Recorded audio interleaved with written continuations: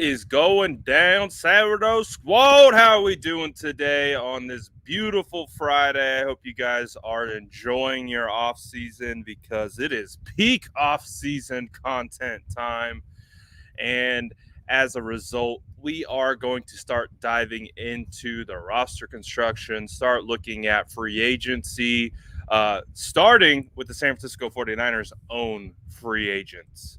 But I hope you guys are doing well. Make sure you hit that like and subscribe button. Help your boy out.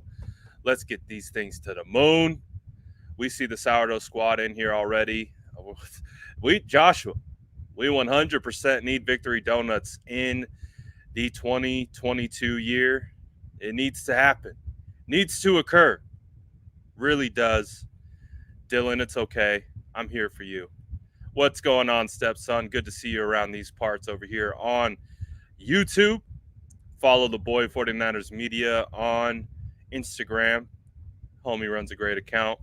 What's good, Joey? The Sourdough Tomato Squad. Oh, man. If you weren't here for yesterday's episode, you're lucky. You're lucky.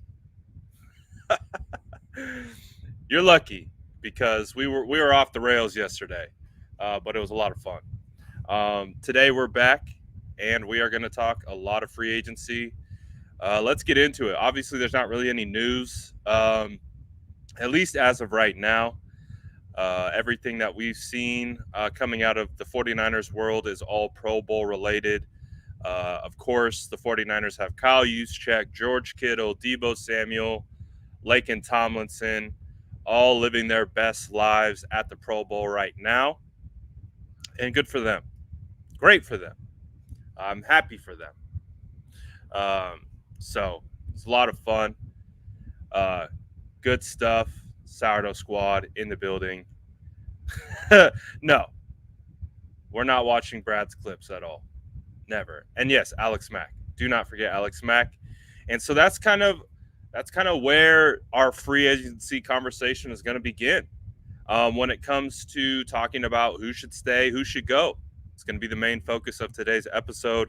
We'll open it up for questions at the end, and we'll be able to freestyle and do all that kind of good stuff. But let's set the tone. Let's set the stage. 49ers are going into this free agency period with not a lot of money and a lot of free agents. I believe there is approximately 33 players, give or take one or two, that will actually be returning to the 49ers in 2022. And as you know, the San Francisco 49ers need to field a roster of 90 players heading into OTAs. So lots of stuff needs to go down here in this offseason.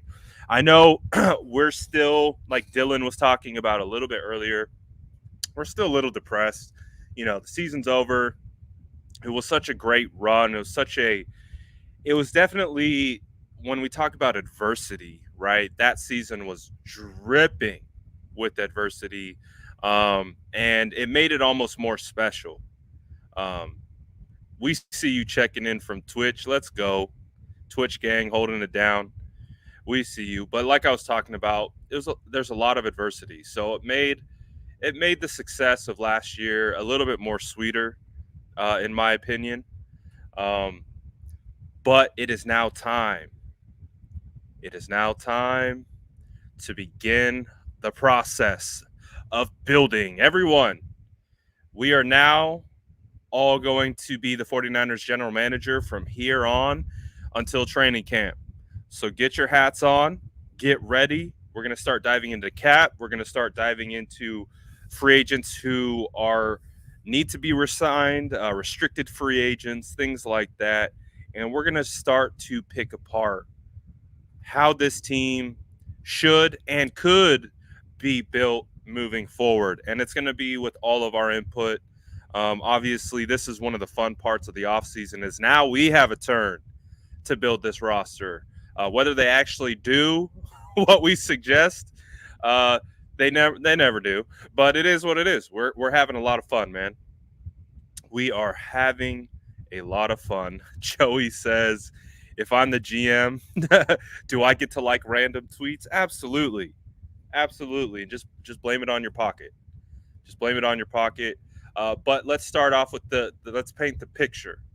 So where we have to start in regards to free agency is we have to start with the money side of it. So I'm a big football guy. I like the play on the field. I like building out rosters, but I'm not going to pretend and you know preface myself as some capologist or cap expert. So I'm still learning that side of things. But I know how I like to build my teams from an on-field standpoint. Now we're going to take into the context of what it requires to build a team with the off-field aspect of contracts, free agency, where money's going to go, where where we need to get money. It's going to be interesting. It's going to be interesting. But we had the sourdough scouts. Now we're the sourdough GMs. The sourdough GMs are in the building, and let's talk about it. So right now, the 49ers currently rank 23rd overall in the NFL in regards to available cap space. Right now, they are just under $3 million in available cap space. It's a lot better than the New Orleans Saints. You know, the New Orleans Saints are sitting around negative 76 million in cap space. First of all, how does that even happen? Second of all, what's the point of having a cap limit if you can go negative 76 million under? Doesn't make a whole lot of sense to me, but again, I'm not a capologist, so that's where that comes into play. But apparently, if you're the New Orleans Saints, you can be negative 76 million under. Green Bay Packers, negative 46 million in cap space. Dallas Cowboys, negative 21 million. The Rams, negative 8 million. Not even looking too bad compared to those bottom three. So that's where we have to start. We have to start with looking at the cap and understanding that there's only about available 3 million for the 49ers. But I think we all understand what is likely going to happen. The 49ers are definitely going to trade Jimmy Garoppolo. And so as a result, Jimmy Garoppolo getting traded should realistically probably alleviate about 26 million in cap space, from my understanding. He's currently sitting at an average salary at about 27.5 million. So he's still up there in kind of the upper echelon of of contracts. So first order of business in regards to free agency and doing all that kind of stuff, kind of got to trade Jimmy Garoppolo.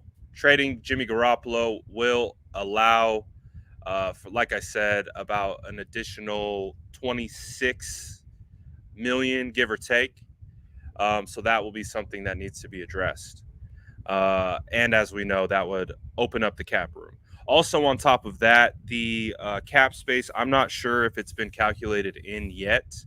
But in regards to the cap space, it should be going up this year. I believe the number was somewhere in the range of 20% increase over last year. So there should be additional money coming in.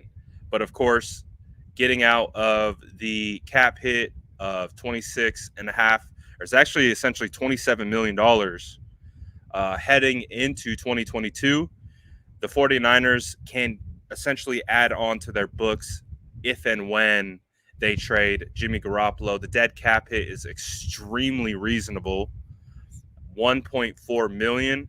And again, it probably has a lot to do with why Jimmy Garoppolo stayed on the roster, regardless of the situation that happened with the 49ers trading all the draft capital up to number 3, getting Trey Lance, because if they were to move Jimmy Garoppolo last year, they still would have had a $26.9 million dead cap hit. So even if Jimmy Garoppolo wasn't in the building, his cap hit would remain. It wouldn't be like you'd be able to add additional players if Jimmy Garoppolo was traded last year. that dead cap hit remained. So that's probably when we talk when we're in the off season now, and we're in the off season building part of it. We are looking at it from a front office view.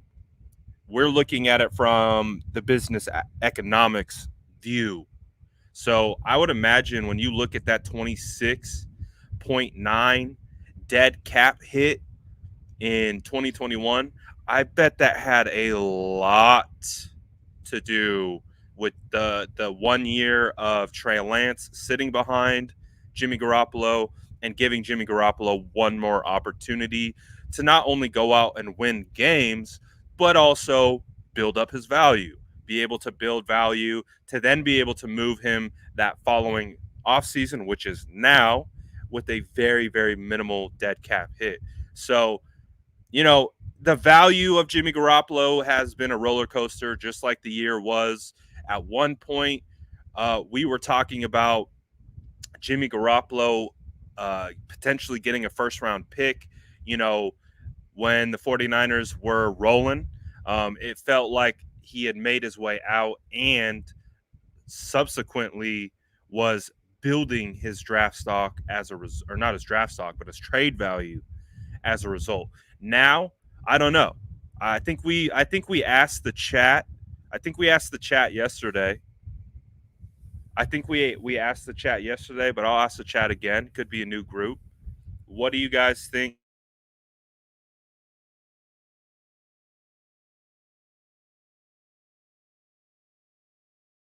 in a trade?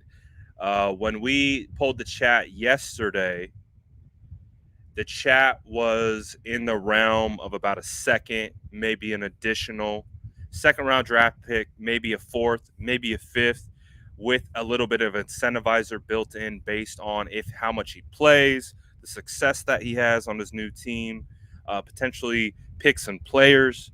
So that's kind of where we sat yesterday. But I am interested to see what this new group has today.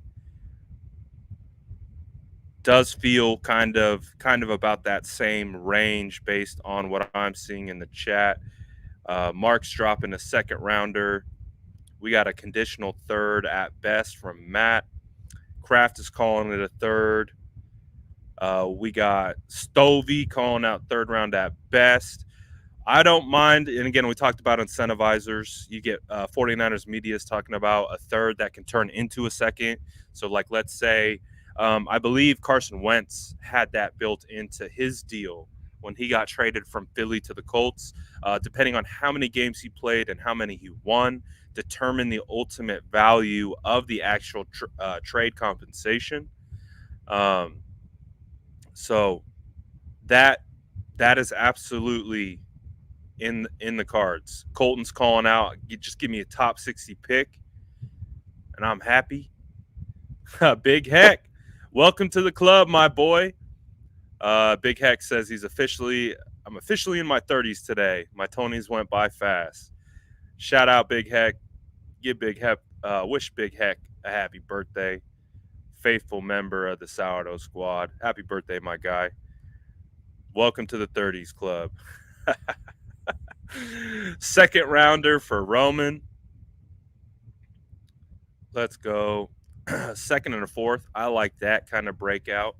I think that's absolutely fun. But man, it is going to be quite the ride in regards to how to get this guy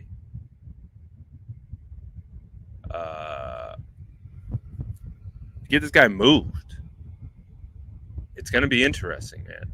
It's going to be interesting. What's really cool about spotrac.com is we can move. They have all the cap figures. They have all the cap numbers. You can build your own roster. You can make trades. You can do all kinds of stuff. So we can mess around with it, have some fun. But I think what we were talking about yesterday too, yes, this is a great point. And this is kind of what I was alluding to. The cap is also going to jump up as well. So you not only are going to get additional funds, I guess based on this, we have team salary cap at 212 million, leaving a total of 5 available. But I don't know if that is actually accurate on this. Um, but one of the things that we were talking about yesterday, obviously one of the first moves that has to fall is the 49ers have to trade Jimmy Garoppolo. I honestly think, and I'm loving it more and more. I'm loving it more and more that I think about it. I would like to trade Jimmy Garoppolo to the Raiders. And I think it's a good fit for everyone. I really would like to trade Jimmy Garoppolo to the Raiders. I think that would actually work out in a lot of different ways, especially if the Raiders are going to move on from Derek Carr. If Derek Carr isn't in their plans and they want a new start, I like the idea of sending Jimmy Garoppolo to the Raiders to go back with his old coach, his old offensive coordinator, Josh McDaniels. And because there's a lot of different reasons. I think one of the things that we've seen is Jimmy Garoppolo is a culture guy, right? He's really good in the locker room.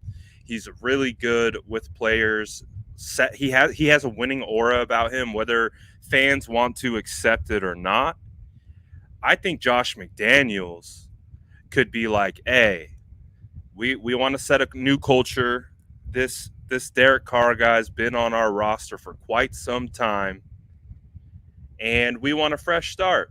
And we need a bridge in the process. Come get Jimmy Garoppolo. I like it. I don't know. Like, it's also an AFC move. You know, you move him to the AFC. It would allow the Raiders to be competent enough.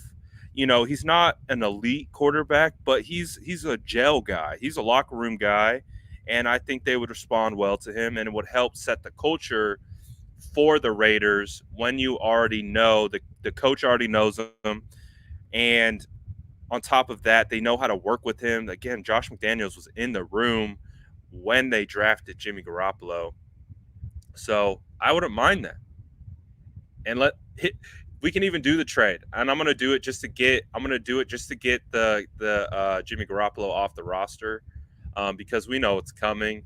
But I'm gonna go ahead and trade Jimmy to the Raiders. That's the Rams. I'm gonna trade Jimmy to the Raiders. I'm going to get my boy that I wish the 49ers drafted, either Tavon Wilson or Aziz Al-Shair. We're going to go ahead and process that trade. That trade is also going to have a second-round draft pick attached, potentially a third that has an incentivizer built in. So Tavon Wilson and a third with an incentivizer attached for Jimmy Garoppolo. 49ers are able to save $24.5 million right off the bat. I like it. I like it a lot. So now the 49ers are starting to get the cap space available. 49ers, I made the decision. I'm the GM right now. I traded Jimmy Garoppolo to the Raiders, got my boy Tavon Wilson, and we got a draft pick back. Obviously, that would fill a need. Tavon Wilson comes in, becomes an instant starter. Next to Jimmy Ward, obviously, Jaquiski Tartt is a free agent. Probably would signal his replacement. And then you also have Talanoa Hufanga in the building. And then Tavon Wilson, Talanoa Hufanga could be the ultimate future of the 49ers. Back end for the defensive backs. But again, big point of emphasis there, really just setting the tone for clearing some cap space. Now let's talk about some roster moves. Let's talk about free agents for the San Francisco 49ers.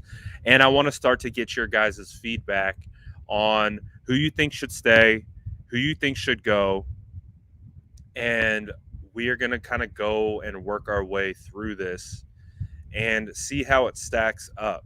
And before we get into that, if you guys would do me a big favor, smash that like button, hit that sub if you haven't already, and drop an SDS in the chat if you're ready to put the GM cap on and talk about free agency, who should be back, who we maybe let go.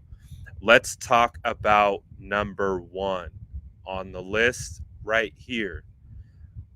Let me blow it up, make it a little bit bigger, a little bit easier to read. So, right now, we see the squad. Let's go. We see the squad. SDS for life. Laken Tomlinson. Let's start with Laken Tomlinson. How we're going to do this, we're going to poll the chat. We're going to poll the chat with each free agent. Simple yes, simple no. Simple yes, simple no. We're going to talk about what we want. We're going to talk about what we think is going to happen. Both things don't have to be exclusive. I can want something and think it's not going to happen, vice versa. So that's what we're going to talk about. That's how we're going to work this. So they're already coming in hot.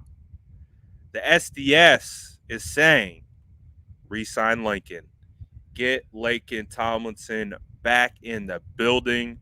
Pro Bowl Laken. The squad wants him back.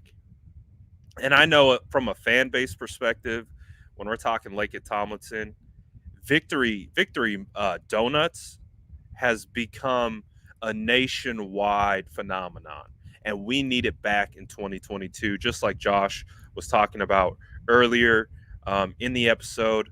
But as you can see, lots of people wanting Laken Tomlinson back. Laken Tomlinson has become one of the most beloved 49er fans, 49ers amongst 49er fans, which is rare, let's be honest. Not a lot of fans really rally behind offensive linemen, but I am happy to see the love for Laken, especially the journey that he's had, being a former first-round draft pick by Detroit, traded to the San Francisco 49ers. I don't know if that dude's missed a game since he's been here. We got our first no from SF, but majority is yes. And if you're going to ask Trent Williams is going to say the same thing. Trent Williams in his exit interview, like he even switched up his tone. He even switched up the emphasis in which he talked about Laken Tomlinson coming back. And this is where it might get a little dicey with what kind of twisted clown is talking about. I think it's crystal clear that if you had, we're polling the fan base, man, you see it. People want this guy back. They do. But just like James is talking about, the 49ers also need to be smart with the cap space as well. I'm going to go ahead and say, based on Laken Tomlinson's last press conference, based on the things that Trent Williams was saying, I don't know if the front office and Laken Tomlinson are aligned on value. That is my first impression. Based on those two, how they treated those exit interviews, both of them, and we know the importance between continuity on the offensive line, especially when you're a left tackle, left guard. Those guys it's a tandem. It's a team within the team, and they both want to be back. But I think Laken Tomlinson potentially might have played himself up in value, especially with the Pro Bowl nod. I don't know if that helps him in regards to getting re-signed, because one thing that we've noticed with the San Francisco 49ers and their front office and how they do contracts, they don't always come correct. You hear that all the time from players. We know from outwardly spoken players behind the scenes, it's hard sometimes to deal with this front office group when it comes to getting paid and feeling respected. That's where the come correct comes from. So I don't know if the 49ers are going to meet Laken Tomlinson. Again, he's going to be 30 next year. He's going to be wanting to get paid. So it's going to be very interesting. It's going to be very interesting to see how that plays out. I want Laken back. I think Laken would be a nice fit to just, we know what Laken is. He's Mr. Dependable, Mr. Reliable, um, and he's pretty damn solid. So I would love to see him back, but we are going to find out to see what the 49ers do, because as of right now, his average in 2021 was 5.5 million. I would imagine he's going to want to at least double that, like from a yearly average standpoint. But will the 49ers pay it? I don't know. This is going to be one of the ones that we monitor the closest, because it does feel like there's a disconnect. And so we understand where the fan base feels. We understand where his teammates feel. Now what we sit back and we watch what's going to go down uh, essentially with the front office. It's front office's move now. What are you going to do, front office?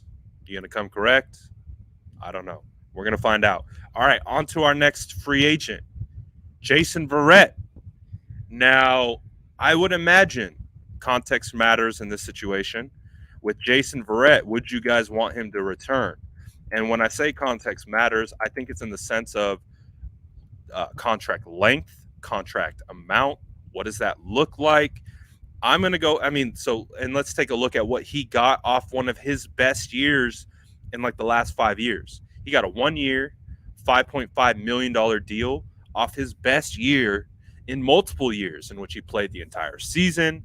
I think we can all agree that in 2020, Jason Verret was one of our bright spots on the team in a year that wasn't the best, right? Wasn't the greatest. A lot more downs than ups, but Verret was one of those bright spots. Does that mean he can come back on potentially even like a 1 year, $2.5 million deal? 1 year, $2 million? Would you want him under that context? So this is what we're getting from the chat. Let me catch up to the chat. So I got Anthony saying let Verret walk. We got all right, I'm catching up. Wawa says no.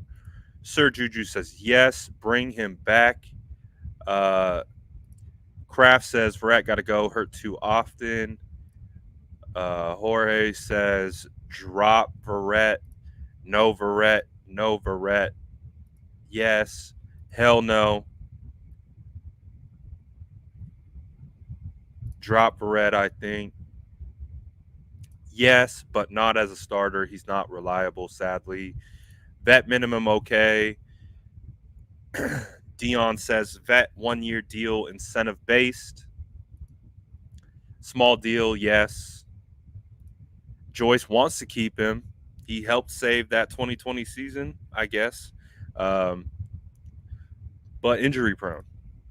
So I think we can see, I think we're kind of all on the same page here. I think we're all kind of on the same page. Yes, and I think we could get it done. I think we could get a potential deal done with Jason Verret. If it was an incentive-based, you get a big portion of your contract is based on games played, and then you can have production incentivizers. So you can have a lower level cap, I would say, and then you build in incentivizers in it. But we'll see. We'll see. I wouldn't mind him on a kind of 1 year minimum situation. But I think it's just hard because we already are so injury bitten that it's almost kind of like we need to like flush. Not, and I respect Verret. He's one of my favorite players. Um, he was one of my favorite players coming out of the draft. I believe he was coming out of TCU. I think. Um, if we can get him for cheap, if we can get him on an incentive-based deal, I would be okay with it. But there could just be, a philosophical or, moving forward kind of a situation. You got Ambry Thomas, Diamador Lenore, Emmanuel Mosley. If the 49ers feel confident with Ambry Thomas, maybe they just stick with Ambry. They don't want to make it a competition or anything like that. They would rather bring in another free agent cornerback that they know could be reliable. So we'll see. So Jason Verret, I wouldn't mind him being back, but if I had to give it a clear cut call, I'm probably gonna say they go in a different direction. But this guy coming up here next on the list, DJ Jones. Would you like DJ Jones to return to the San Francisco 49ers in 2022? DJ Jones signed a 1-year, essentially $3.5 million contract. So he made some money this year. DJ Jones made some money this year. So I can see right away the chat is all for keeping DJ. Go DJ. Oh, that's my DJ. Go DJ. Yes, sir.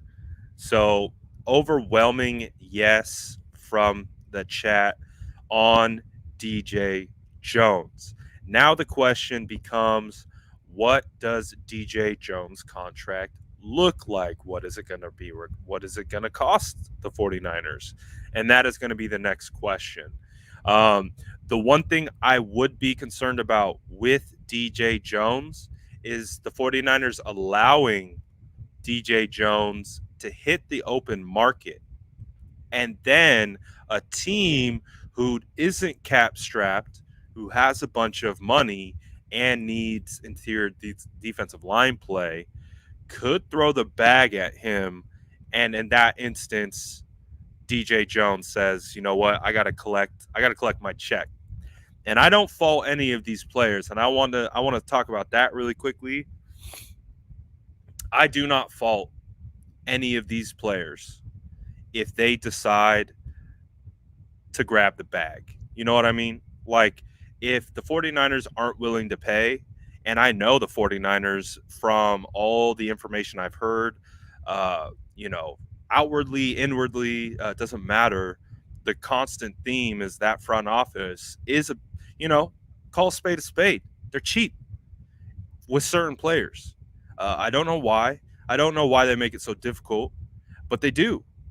And you can't say well, look, it's translated into this masterful cap situation. I mean, look at contracts like D Ford and things like that. They don't hit on all of these.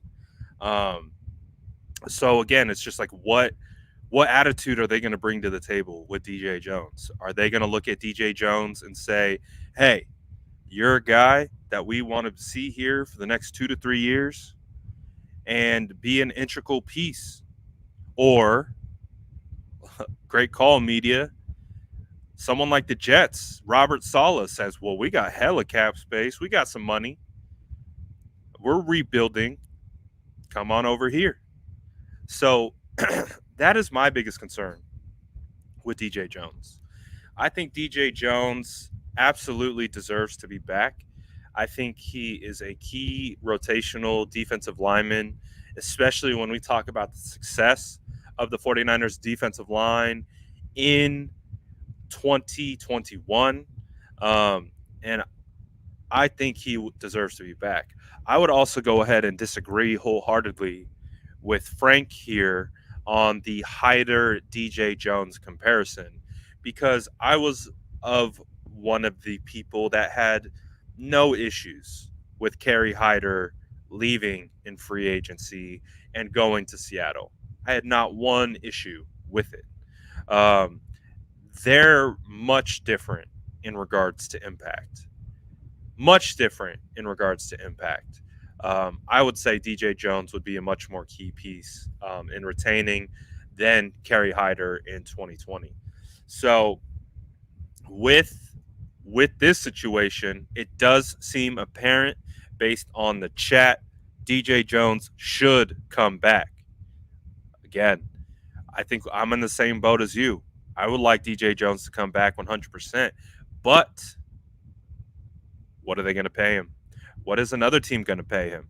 That will be something to monitor. But so far, if we're going to keep track, sounds like based on the chat, shout out the chat too. I appreciate your guys' interaction and answers. It really means a lot to the episode.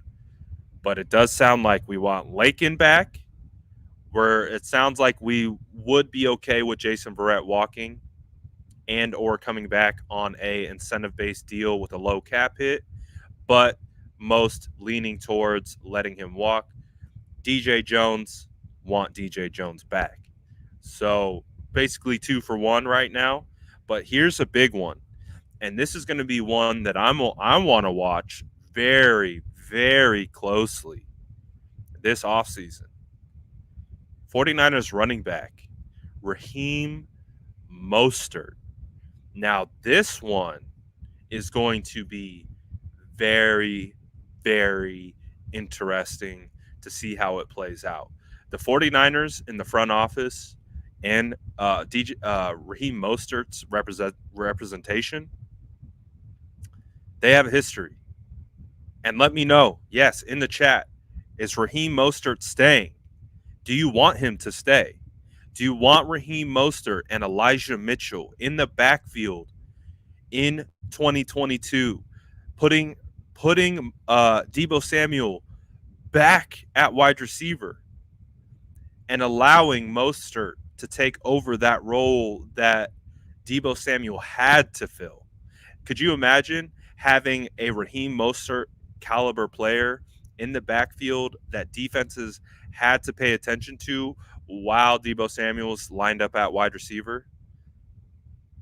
Or switching it up, doing all different, like, I want to see it. I want to see it. There's a world that exists where Raheem Mostert, Elijah Mitchell, and Deebo Samuel, Brandon Ayuk, and George Kittle are all on the field at the same time. Like, could you imagine? Could you imagine that personnel grouping? Like, what are you supposed to do? What are you supposed to do when the 49ers trot out Raheem Mostert, Elijah Mitchell? They have Trey Lance in shotgun. You flank Elijah and Mostert to the left and right of Trey Lance. You have George Kittle lined up essentially as an H-back. You've got Deebo Samuel out there. What do you do with that? How do you match up against that? So the idea of a football perspective of all those guys on the field at the same time makes me salivate a little bit. Makes me, because I'll be honest, I'm a big Raheem Mostert guy. Big Raheem Mostert guy. I was that guy last year touting up Mostert like as a very important piece to the offense. A lot of people weren't. They're like, oh, we drafted Trey Sermon. Trey Sermon's going to take over for Raheem Mostert. And based on what we're getting in the chat so far, people do seemingly want him back. We are getting some incentive deal, price dependent, which is going to be accurate. I think Raheem Mostert coming back will be price dependent. But yeah, that speed, man. That speed, it's a different type of speed than what Elijah Mitchell has. They both have long speed, but it's different. They run a little bit differently. But Elijah is becoming more and more and more like Mostert. He's getting closer. Media says yes, but only for a vet min and only playing 5 to 6 snaps a game. Ooh, I think Mostert would walk under that circumstance. I don't think he would be back for that. Pedro says no. Mostert bye. Heisman says Mostert is going to stay. We love him. Now that we have Mitchell, it won't be so hard on him. Honestly, I think Raheem wants to stay, so wouldn't be that hard. It's going to be very interesting. Again, I think it all comes back to that money conversation. As I was talking about, Jan saying injury prone, so maybe not. Obviously, he's coming off the knee surgery, so and he's hitting that dreaded number, right? He's going to be a 30-year-old running back. He's going to be a 30-year-old running back, but there is a world that exists where Mostert and Mitchell could be the best 1-2 punch in the league, like Paul says. So it will be interesting. Kraft says not a chance. Bubba says let him walk. So a little bit split here. Based on the chat. But that's okay. That's why we're here. We don't all have to agree. We don't all have to agree at all. So based on the chat, it does seem like some people are absolutely all for it. You have others that don't like the fact that he's been injured. Don't, understand he is getting up there in age a little bit when it comes to the running back position. So it is, it's going to be something that we see what occurs.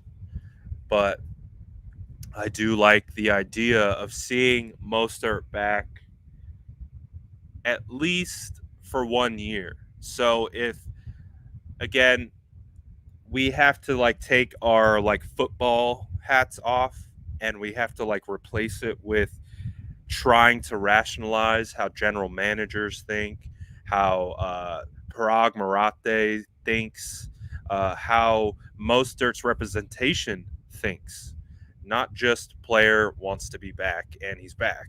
It's more of a situation of, okay, well, the 49ers and Raheem Mostert had a situation contractually.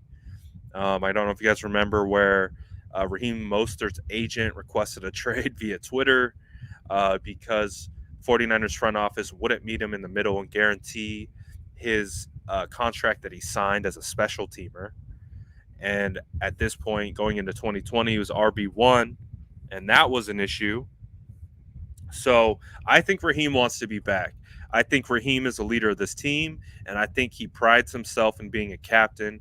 I think he wants to finish what he started, but I also understand that Raheem needs to take care of his family.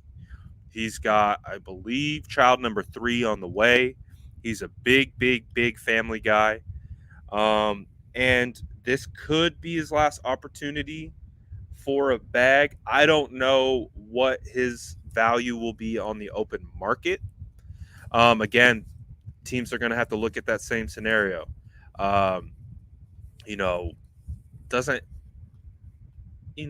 His entire body of work overall, his career, you can say, well, he has only been a starter for a short amount of time. He's been injured. Are you going to give the a 30-year-old running back a big check? I don't know. So it's going to be especially coming off the knee injury. So it's going to be something to monitor. I don't know what he would get on the open market. I don't know what the 49ers would be willing to pay. But I will say I would absolutely love to see Raheem Mostert back in 2022 because I feel cheated. I feel cheated out of what could have been in 2021 with Raheem Mostert. I have all the respect in the world for Raheem Mostert, the talent that he brings to the table. I mean, really, if Raheem Mostert is available, I don't know if we lose to Green Bay. I don't know if we lose, to Seattle week 4. I don't know if we lose to the Cardinals week 5. He's an important piece. He's really good. But we understand there's a lot more that comes with it. A lot more that comes with it. Again, when we put our GM caps on, we start looking at age, we start looking at injury, we start looking at projecting 2 to 3 years out. So I could see a world where the 49ers potentially give him a 1-year deal to give him enough to feel compensated, but also be able to transition a potentially healthy 2022 season with good production into one last contract. We'll find out. It's going to be interesting to see. It is going to be interesting to see. And I think we've talked about too. You know, if no one else offers him, right, then the 49ers might get lucky, and get him for a steal. I don't know. But I want him back. I think he wants to be back. His presence would just take the 49ers over the top. And clearly, we need depth at running backs. We still need depth at running back. All right. Moving on. KK. Do we want to see KK return in 2022? Kaywan Williams is 30 years old. He made about $2.3 million last year, which is actually, that's okay. That's not bad. I wouldn't personally be opposed to bringing, if he, again, it didn't really get a deal on the open market that he was looking for, wanted, a 1-year deal, I would potentially be open to it. But I also do see a world where he also, the 49ers just kind of, part ways as well. So Daniel says yes. Twisted Clown says no. Mobstar says let him walk. No. Kaywan is an absolute yes. Kyle says leave him. Lenore will take over the slot. Media says I'm mixed on this one. I'm kind of mixed on this one, but I also too wouldn't be opposed to seeing what Diamador could do. Pedro says yes to the Shark Williams. Man, he's loved in that defensive room. I think that's going to be the hardest part about this upcoming offseason is that defensive back room has been pretty together. Ward, Kwaski, KK, Emmanuel. Those guys have been together for years now. So that will be interesting. Williams is a huge piece to our defense. So hell yeah, bring the Shark. Bring on the Shark. Jason doesn't care. CG doesn't know. Straight up no. Solid slot corner as a backup. Let's see. I mean, this is actually, I think this could be the difference maker, Trice. I think you're kind of onto something. I think this might be the difference maker in return to bringing back KK. KK is fantastic around the line of scrimmage. He's great blitzing off the edge. He's great in short areas. But he is starting to kind of, maybe get exposed a little bit more often in coverage. We've seen plenty of instances where, if it is it's a man on man situation. It's not where KK thrives. He's definitely a physical slot corner. But if he can't be physical and you get a bigger bodied wide receiver on him who's quick, he can get left behind. So although I think KK is a phenomenal leader and a good person to have in your corner, again, we are now thinking like front office gentlemen, where we're trying to take the emotion out of it and the love that we do have for these players just as individuals, and try to look at it. try to look at it from a different perspective. So it does feel like a mixed bag. It does feel like a mixed bag in the chat. I do see a world where KK probably signs with someone else. Especially with having Diamador on the roster. Would be a great time to be able to get some production out of Diamador. If the 49ers get ample production out of Ambry Thomas and Diamador Lenore, that's a win, guys. That's a win. And not to remember also, but KK was undrafted. So you can find these small, gritty, they play bigger than their body is, and their size would suggest. You can find those guys later. So that would be something I would be interested in. But I don't know. If I had to give you a definitive, I'm probably going to say Kaywan's going to walk. Potentially could, reunite with someone else, maybe a Robert Saleh. You don't know who KK is? Come on, man. Come on.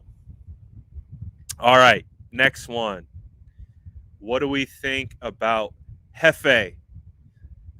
Is Hefe going to return in 2022?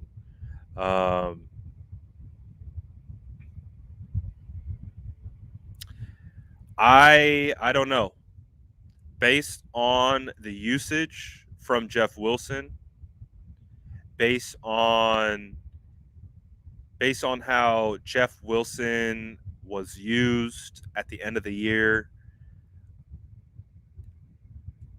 and I don't know if Jeff really got a fair shot, to be honest. I'm going to say this about Jeff. I don't know if Hefe got a fair shot because he did everything in his power. He did everything in his power to get back from a torn meniscus in OTAs, and he made his way back in mid-year. But also doing so, I don't think he was 100% all year. You know what I mean? I really don't think he was. I think he was just, playing catch-up all year. I thought he was looking better once he was getting more opportunities. His vision, I could still see the vision that he has.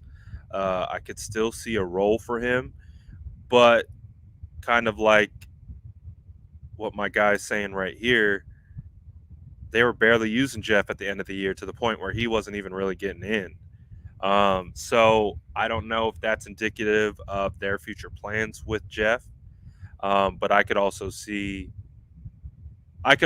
Jeff probably walking. So we'll see. Jeff's always been solid. He's been solid out of the backfield as a receiver. I think this year with no Mostert, he was by far, hands down, had the best vision of any running back on the squad. But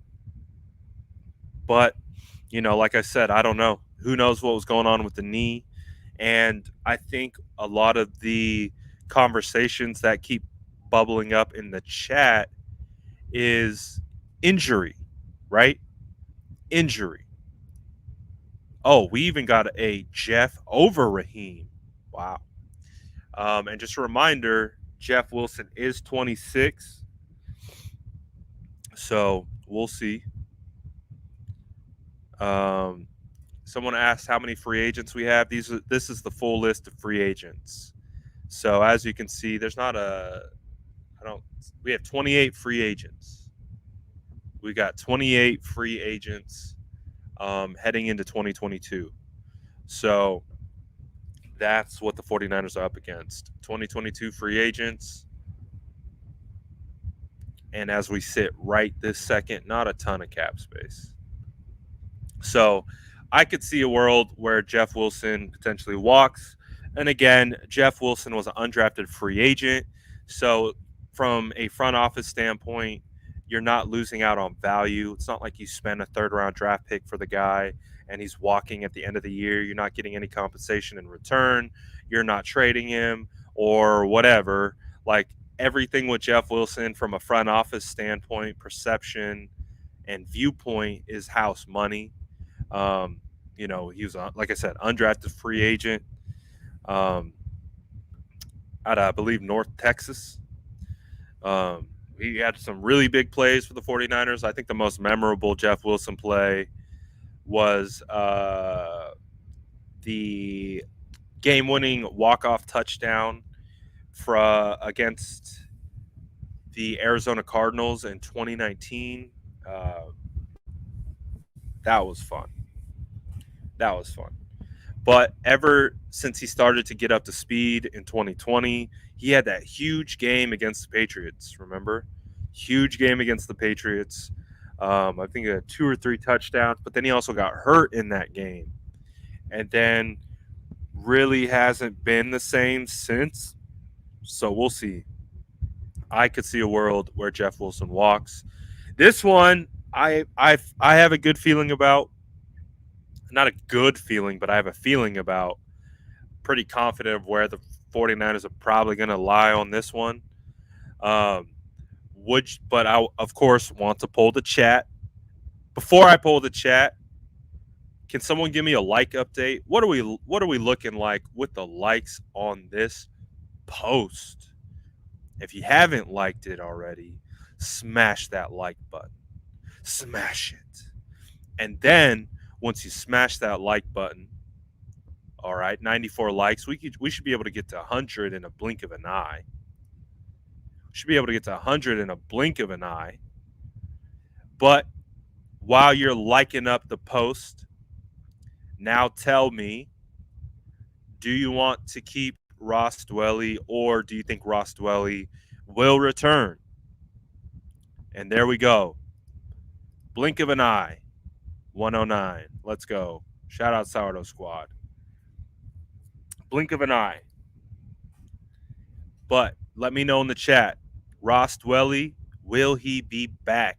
49ers shook up the roster a little bit this week by firing John Embry, tight end coach, assistant head coach, the guy who's been here since George Kittle was drafted in 2017. Gone. Is Ross Dwelley going to return? Roman says, Ross was disappointing this year, man. I thought that when Kittle got hurt, he was really going to step up. Man, I finally bought into the Ross Dwelley hype. I went full, like when I was at training camp, you could see that Ross Dwelley's body composition had changed. He looked thicker in a good way. He looked like he had gained more muscle mass. We know Ross isn't the most, he's not the fastest guy, but he knows how to win contested catches. He knows how to win with body position, and put himself. I think he had one of the touchdowns that he had this year was exactly that. Him just getting in great body position and boxing out a defensive back. Jimmy threw a touchdown to him. But and I thought Ross was gonna. I was like getting crazy. I was even saying Ross Dwelley and George Kittle, best tight end tandem in the NFL in training camp. Boy, was I wrong. I was wrong, unfortunately. I don't know what happened with Ross. Ever since he came on, I believe, as an undrafted free agent, he was always trending in the right direction. Each year that he had been with the team, he had taken steps forward and he had gotten better. But unfortunately, this year, took some steps back. And took some steps back in regards to blocking. And I think it's pretty crystal clear that the 49ers tight ends have to block. Like, it's a prerequisite. You have to be able to block, and not just normal blocking. Like, you have to be effective. The 49ers are going to ask their tight ends to make very, very difficult blocks that offensive linemen are expected to make. Um, you know, that like, they're hard. Playing the tight end position, the 49ers ask their tight ends to make very difficult blocks, like play-changing blocks. Um, that's why when I always talk about George Kittle, and when people talk about, well, he doesn't get catches, well, I'm like, okay, that might be true, but he's still the focal point of the run game. Everything that the 49ers do in the run game, it's predicated so much off the tight ends. It's predicated off Kyle Juszczyk. What those guys are doing matters to the success of the 49ers run game. Um, and the reason why I'm going to say Ross Dwelley probably isn't back is because that's where Ross struggled this year. Ross struggled so mightily in the run game that he eventually got benched for Charlie Warner. And when Charlie Warner came in, the offense went back to normal. When I go back, and if you want to see a game and you want to see tape to back it up, go to the Week 5 game against the Cardinals. No George Kittle. Ross Dwelley was tight end 1. Unfortunately, the offense wasn't really able to function on multiple plays because Ross missed some blocks. And that was the big eye-opener for me. And Ross was benched, I believe, the very next game for Warner. Warner balled. I thought Warner had a fantastic year. I thought he did really well. But this is kind of where it is with Ross. He has good hands. Like, he's actually really good receiving tight end. But like I said, 49ers need blockers. The 49ers need blockers. So with the kind of development, I guess, of this year, and this is we broke this down. Ross was responsible for multiple big plays getting blown up in that Arizona game, Week 5, that translated into the 49ers not scoring. And it was pretty bad. That's why I got benched. So I'm going to go ahead and say Ross Dwelley doesn't return, especially with the movement with the tight end room and all that good stuff. I don't think it's going to happen. I don't think Ross returns. But I do appreciate what Ross was. I think if Ross had a good year, what's good, Jay? If Ross had a good year, I think he would have been. Only real ones are going to know about that one from yesterday. If you see the bread and the tomato emoji, I'm not explaining it. But if you were part of yesterday's stream, you know what it means. So this is the thing. Sean, great comment, great question. This draft class is loaded. This draft class is loaded at tight end, man. This draft class is loaded. I think they were talking about at the Senior Bowl. There's like 9 tight ends at the Senior Bowl that they're like, oh, they're going to get drafted. They're going to get drafted. So I think there's some tight ends, man. There are going to be some tight ends in this draft that the 49ers could get. And again, we know what the prerequisite is. You got to be able to block first. Those guys go later. Those guys go later. Oh, hell yeah. You know the vibes. Real ones know. I see you guys. Real ones know. So, yeah, when you guys are watching the Senior Bowl tomorrow, watch the tight ends, man. Watch the tight ends. I think the tight ends are going to be out in full force. Going to be out in full force. So probably no on Ross Dwelly. Okay, here's one that I don't know if we're going to be able to agree on, guys. I don't think we're going to be able to agree on this one. It's going to be a lot of split right down the middle, I think. Is Josh Norman going to be back next year? Do you guys want Josh Norman to come back next year? I think this is going to be real split. I don't know if it's going to be one way or the other. I think it's going to be real split in the chat. What does the chat want? Does the chat want Josh Norman back next year? Is it revenge tour? Is it revenge tour for Josh Norman next year? This is very very controversial. I don't know if we're going to be able to agree on this one. I don't know. I think Trice is on to it. No. Bye, Josh. No. Oh, sarcasm. More sarcasm. No. Hard no. We have a Rams fan chiming in. Even the Rams fan, even the resident Rams fan in the chat is saying no.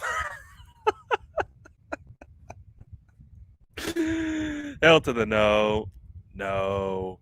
Nah. Nope. Can we stiff arm him out the facility? No. Draft someone. Vlad the Impaler. No. Hell nah. Aloha. Hello and goodbye. Jay says we're signing him to a 4-year deal immediately. Nah.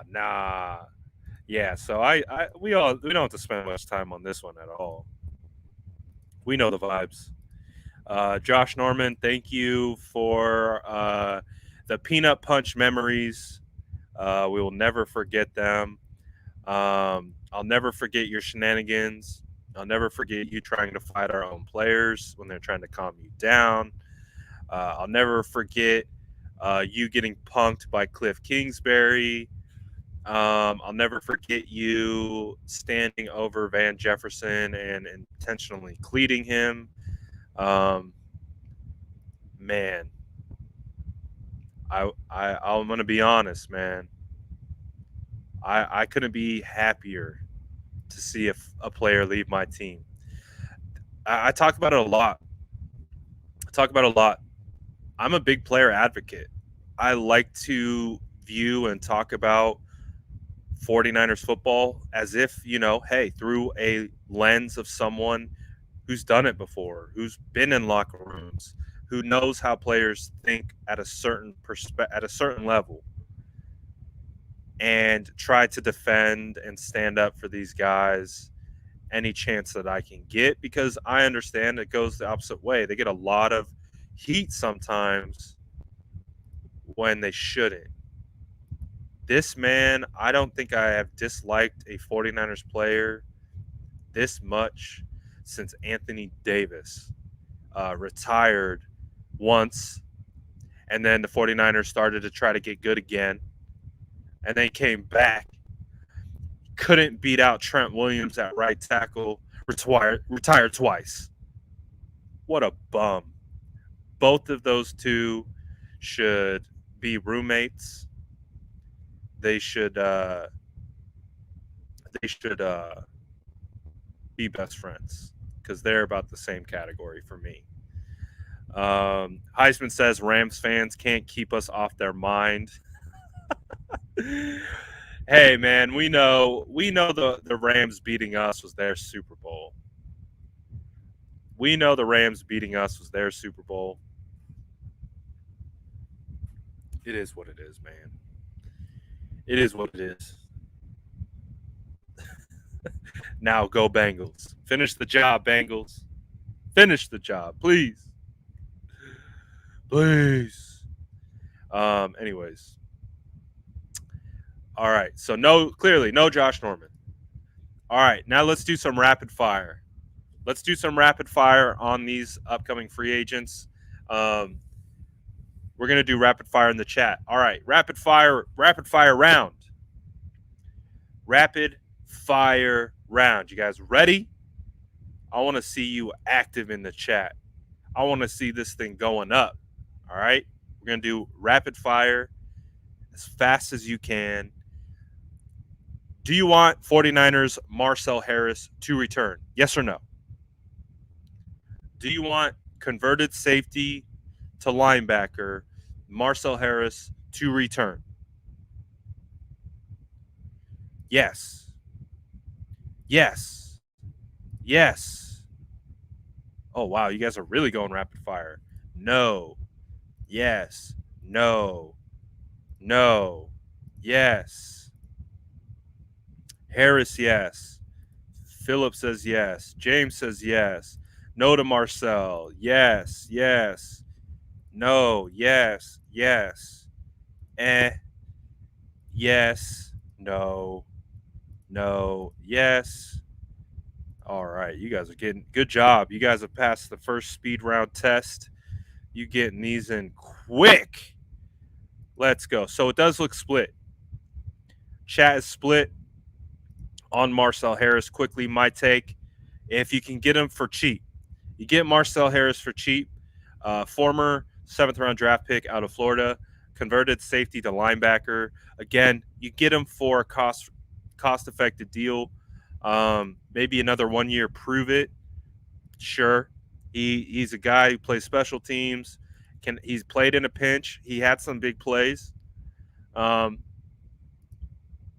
So we'll see. I think based on the overall health of the cap,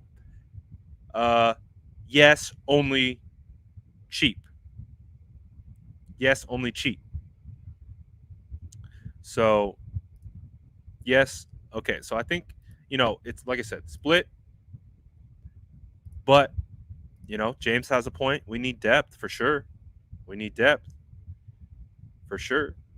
So, all right. Nice job. Great work on that speed round. Next one. Mohamed Sanu. Yes or no? Mohamed Sanu. He coming back? He going. Which one? Mohamed Sanu, great leader. 49ers wide receivers love him in the room, but he was hurt all year. He really didn't play. Ooh, you guys are killing the speed round. You guys are killing the speed round. No. No. No. Yes. No. Sanu, no. Jennings stepping up. I think that's kind of it. I think James kind of hit it. I like Sanu. I like his leadership's mentality. I think this probably would have looked a lot different if he didn't get hurt and unfortunately not play for a big portion of the year. But because he didn't play, I think that really opened the door for Jawan Jennings to really take hold of that role. And again, I think the writing's on the wall. Mohamed Sanu was cleared from IR, but he wasn't activated. He cleared IR, but they didn't call him up against the NFC Championship against the Rams. So that kind of to me tells me where that situation is going. I mean, I don't know what Sanu's future holds. I don't know if he wants to continue playing. I think we're all kind of seeing it the same way. It's probably time for a change of scenery. But hey, Sanu, come be a coach, bro. Come coach. I think Sanu would be a great coach. I would like Sanu as a coach. I would like Sanu around this roster somehow. Like, he maybe not as a player. And like I said, I don't know what Sanu has left in the tank. I don't know what he's thinking like. I don't know what he feels. But maybe, hey, Coach Mo. I'd like to see Coach Mo.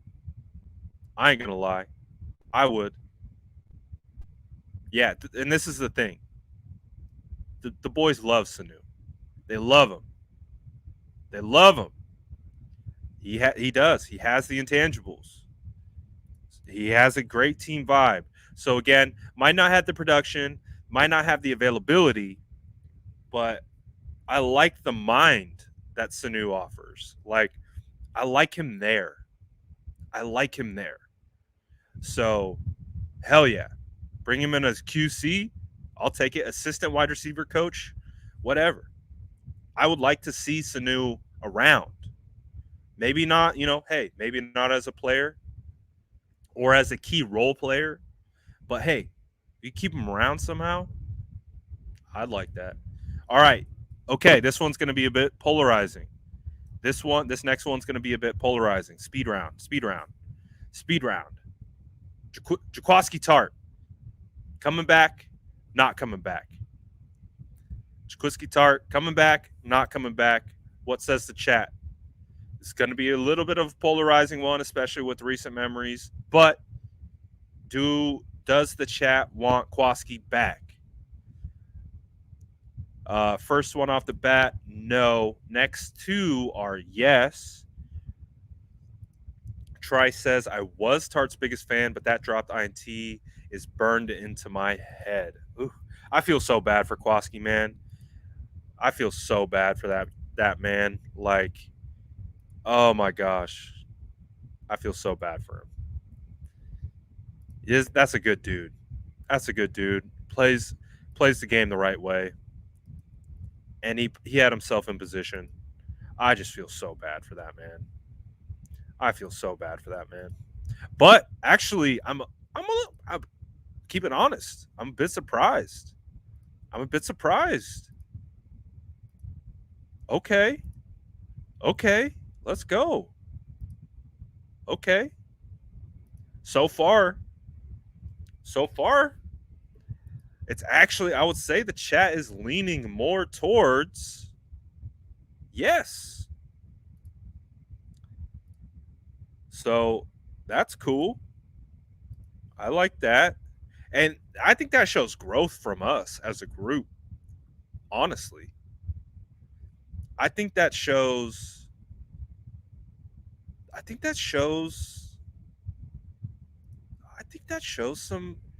some growth from us as a fan base. Because trust me, I've been around when players have made singular, game affecting plays that, it doesn't go in the right direction. And, hey, we've had a couple of those. And typically the fan base is not about it. But, wow, lots of yeses. Hey, we'll see, man. We'll see. I don't know. If I actually had to give it a guess on what the 49ers do, I would probably say they let him walk, just because I really believe that they are wanting Talanoa to take over that role. But the fan base seems about it. Fan bases bring back Kwaski. I like it. Hey, man, Kwaski's underrated, bro. He's underrated. That INT obviously is going to stick with him the most. It's the last thing that people are going to remember. But yeah, they have played together for a long time, and they play well together. They do. So hey, look at you guys. Look at you guys. I'm kind of in. I think I'm in this boat. Flip a coin. I would be okay if he returns. I would be okay if he walked as well. I don't hold that, like, I'm not looking at that last play that we saw. Like, I'm not holding that against him at all. It's just an unfortunate play in an unfortunate moment that everyone's going to remember. But, I would be okay if he came back. And if they decided to go in a different direction, I would be okay with that as well. Um, I don't personally hold any ill will against him. Definitely not the same vibes as Kyle Williams. uh, but yeah, I'm actually surprised by the chat. I'm actually surprised by the chat. You love to see it. You love to see it. I like it. All right. So chat actually in favor of keeping Kwaski in the building. Okay. I like it. Okay. Yeah, I mean, I think he did the same thing last year. Like, I think both Kaywan and both Kwaski tested free agency. Same thing with DJ Jones. They all tested, and they didn't really, I don't think, get what they wanted in return, and so they came back. So we'll see if that happens. But I will say just quickly about Kwaski, I think Kwaski handled the situation. I talk about how much power social media has, and especially from a player perspective. And I don't think they're fully tapped in yet, especially like if you're not a big name brand player, that's got a big brand. I think players will be a little bit more timid on social media, but there's a way to manage your PR using your social media at any level of player that you are. And I think Kwaski did a great job. I think Kwaski got in front of it. He took ownership, and people rallied behind him as a result. And I give lots of respect to Kwaski. Again, whether it's with the 49ers or another team, he's not a guy that I hold ill will towards. I don't like look at that last play and be like, "Oh my goodness, it's all Tart's fault because he dropped it." This is a team game. This is a team game. There were plenty of other plays that led up to the INT, potential INT, that could have flipped the game, changed the game. So I'm not going to hold it to him. It becomes so impactful because the 49ers had no more opportunities, and that was the last one. And so that's what we remember. Um, but, Tart being 30, that might play a role into it. Again, putting your GM cap on. Me, admittedly, as a general manager, I am an ageist. I like to get the young bucks into the roster. I like to get the 23, 24, 25 year olds producing, having roles, so we can see the development. Again, a developmental guy. Get him in there, get him young, watch him develop, and then once they have some time.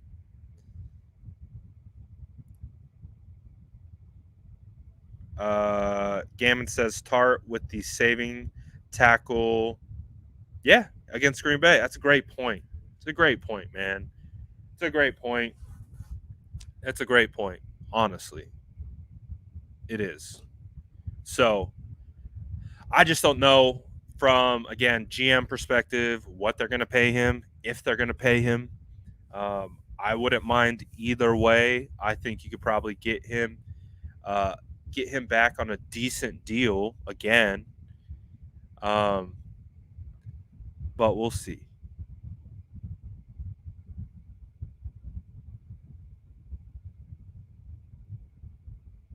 All right. Okay, back to rapid fire. Um, Tavon Wilson. I guess just quickly, Tavon Wilson, yes or no? Tavon Wilson, yes or no? Safety. He's going to be 32. He's not making a ton. He's an unrestricted free agent. Again, depth at safety is a huge need, but I don't know if that is the guy to fill the role. Clearly, who? Yeah, it's this is kind of what I was expecting. Lots of no's, lots of no's. Yeah. So, I mean, I thought Tavon Wilson had a pretty solid camp, but he got hurt, and then we really never saw him again. Gammon, you son of a gun. You son of a gun. So, yes. Does feel like the chat is out on Tavon Wilson. That's okay. And this too. Tarvarius, man. Oh my goodness. How much different would the back end of the defense look with Kwaski, Ward, Tarvarius, and Talanoa? That to me would have been interesting. Like, clearly the 49ers struggled with depth at safety all year, starting in training camp, starting with Tarvarius going down for the year. But I would have liked to seen that those four. I would have liked to see Kwaski and Ward holding it down as the starters. But, you have rotational guys like Tarvarius and Talanoa come in. We've seen Talanoa be able to play the kind of that nickel hybrid linebacker role where he's playing around the line of scrimmage, playing in the flat. Tarvarius Moore, to me, is very similar in that regard. I don't know if I love Tarvarius in coverage as much as I love him playing around the line of scrimmage and, getting his nose dirty in the run game. I think that would have been a pretty solid core for safeties. Unfortunately, we know what happened with Tarvarius. He goes down. So, looks like we're out on Tavon. Age and injuries with our DBs definitely is going to be something that we focus on, getting younger at the position. All right, well, here's this next guy. This next guy at one point was the highest graded right tackle in the NFL. This guy was one of the highest graded players in the NFL at right tackle. Tom Compton. Does he come back? Does he stay or does he go? Let me know what you're thinking in the chat. Rapid fire. Okay, I think this one's going to be, we're going to get a lot of different answers on this one. We got Compton, yes, just for depth, though. Media says no. We got a yes from Jalen. We got a Ella. Cap Weiland. Hell no. Tom Compton, no. Yes. Yes, Tommy Thick, spicy boy. No. Send Tom Compton. Oh, boy. Keep. Nah. I like Tom for depth. He proved it. Yes, for cheap. Absolutely not. Yes. No. He's too inconsistent. Oh. Cut Compton. He's a free agent. Can't cut a free agent. No, he stays. We're in trouble. If yes, cheap. Backup at most. Can't be a starter. Yes, keep. Tommy Thick. Nope. O-line. All right, you guys are getting them in on this one. Rapid fire on point. All right, so it does feel like the actually overwhelming answer is no. Does feel like the overwhelming answer is no. I'm going to switch it up on you guys. I'm going to say yes. If you can get me Tom Compton as a backup, even maybe he's only getting paid $1 million. All right. He's only getting paid $1 million. For what Tom Compton did for $1 million was far and above what you could ask from any backup tackle in this league. Tom Compton did really well. And great point here, Tom Compton also plays guard. That's a big reason why he made the roster in the first place. He made the roster in the first place because he can play both guard and tackle. And also, you give him another year, I think, of continuity. One of the things that Tom Compton has talked about, it's really hard to develop when you're he's literally one of those guys that's on a new team every year. So it's really hard to build up and build strengths and continuity when you're constantly on the move. I feel if you can get Tom Compton around this same range, if it's just a 1-year deal, because again, we still need depth, especially at the offensive line. especially at the offensive line. There's going to be a lot of moving parts with the O-line. And if the 49ers can bring back a guy who has proven to be a competent starter, is he the best starter? Probably not. I think from a run blocking perspective, Tom Compton could be a starter, but what makes him kind of that backup level is the pass blocking. That's always been something he struggled with. And the 49ers, when the run game was working, it was very easy to hide Compton in pass protection by doing run action, short, intermediate passes, so he's not doing it a bunch. But it's when they are forced into passing situations where Tom Compton is then forced to do 7-step drops, do all that type of stuff. Then you start to see some of the limitations come out. But best believe the 49ers are going to need depth. So I'm going to say yes. Bring back Compton. Bring him back for cheap. Yes.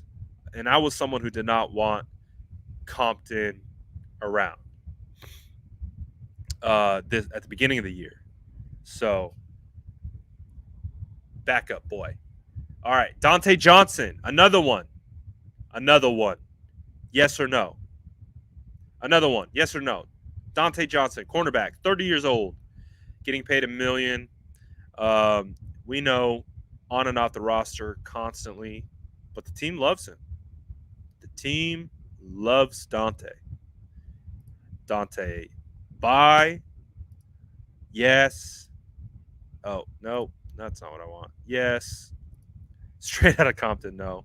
We're on to Dante now. Yes, DJ was great depth, super versatile, even played free safety. Yes. Please no. Yes. No. Yes, sir. Heck yeah. No. Yes. Yes. So this one seems pretty split.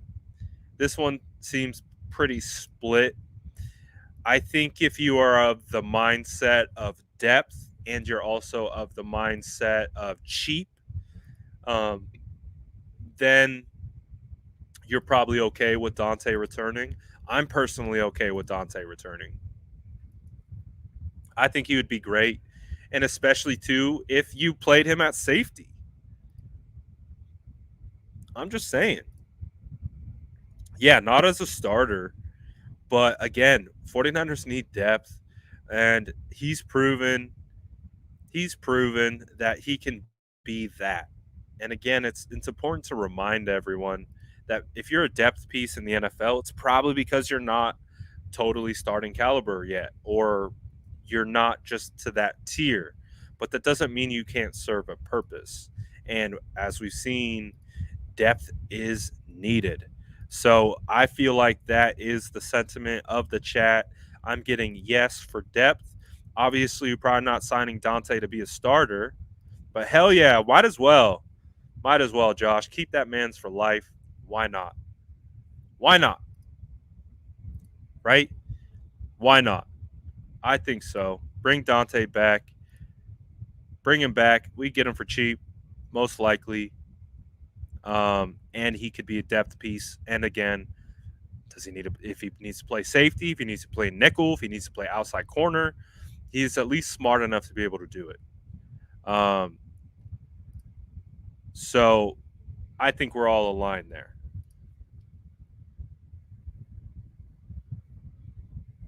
Uh, 100% keeping you.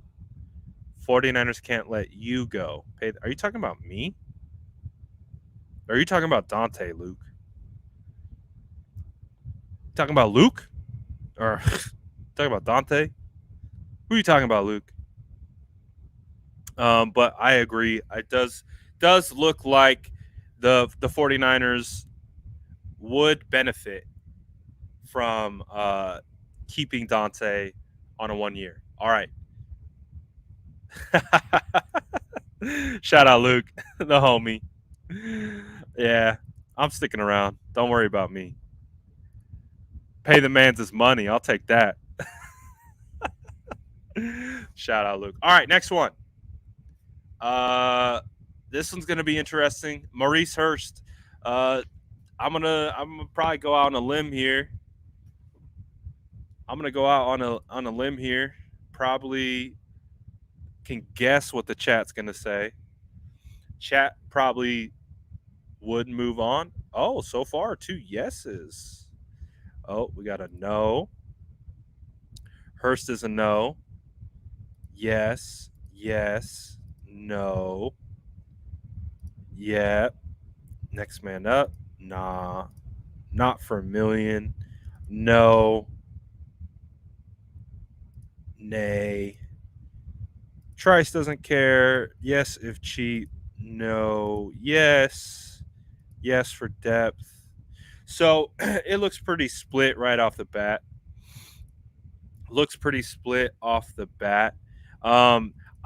Maurice Hurst is absolutely gonna cost less. Absolutely gonna cost less than DJ Jones, especially after not really playing this year. I'm gonna go ahead and say I'm in the camp.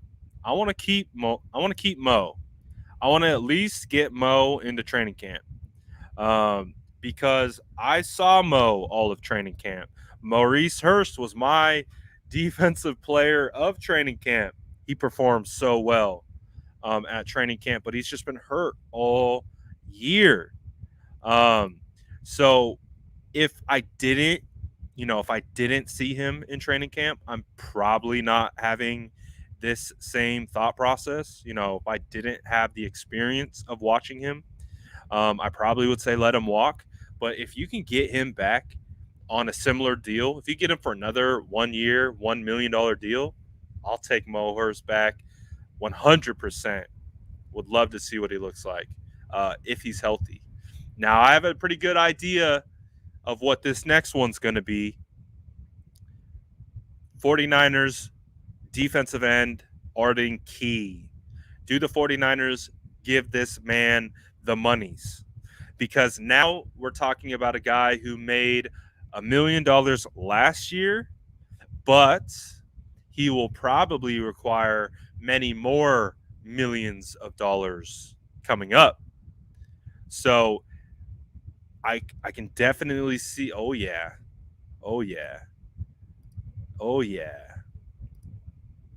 So I think from an on-field standpoint, it's crystal clear. Squad wants to keep good old Arden Key. I also think Arden Key proved to be a great member of the locker room. Not only did he ball out, but I just feel like he was a great member of the locker room. He was up there at the front with Debo and Trent leading the team out. I think he's a good piece. Not only on the field, but I think he's a great locker room guy. I think the locker room really, really likes him. I think the 49ers should make, we talked about Kerry Hyder earlier. When Kerry Hyder was here, I was not impressed by Kerry Hyder. I was not worried at all that Kerry Hyder left in free agency. I did not want to resign him, especially at what the numbers that he got. Absolutely not. But Arden, on the other hand, my tune is completely different. With Arden. I would like to keep Arden, and I would be willing to pay Arden a good chunk of change to stay. Because as we've seen, what makes Arden Key really special is when you throw him down on the 3-tech and you put him over the guard, especially in passing situations, putting him next to Bosa, dude could eat. Because Arden was getting one-on-one matchups with guards, and Arden Key has such great length and speed, and he does have a bag of pass rush moves that when you put them and match them up against guards, it's a disadvantage a bit. So, yes, I like it. Bring back Arden Key. Everyone in the chat vibing. What about Jordan Willis? Jordan Willis, we're almost done. Let's power through these. Almost done. Jordan Willis, yes or no, in the chat. Do we keep Jordan Willis, the man responsible for the Tundra turnover, the block punt heard round the world? So far, chat is heavily yes, and I would have to agree. I think he will be back. I think they'll be able to get him for cheap. I don't think any other team will spend a big check on him. I feel like he's got a absolutely solid place inside the locker room. The players and locker room seem to really like him, and especially for being a quiet guy. I like him. Bring him back. I agree. Bring Jordan Willis back. And the chat is aligned. We are aligned. All right. Yes, chat is aligned. Love to see it. Okay, on to the next speed round. Ooh, Trent Sherfield. Trent Sherfield is a free agent. He's going to be 26.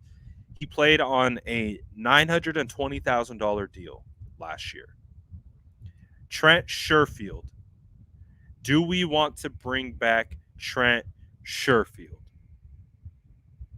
So far, looks like the answer is a resounding yes. We did get one no, but so far, lots of yeses on Trent Sherfield. I agree. I think Trent Sherfield is really good, underrated, not a me guy. Do whatever the team asks of him, and this is the biggest one. This is it. Remember when Trey got to start week 17? Remember that? Remember when Trey got to start against the Texans? Remember how Trent Sherfield started posting?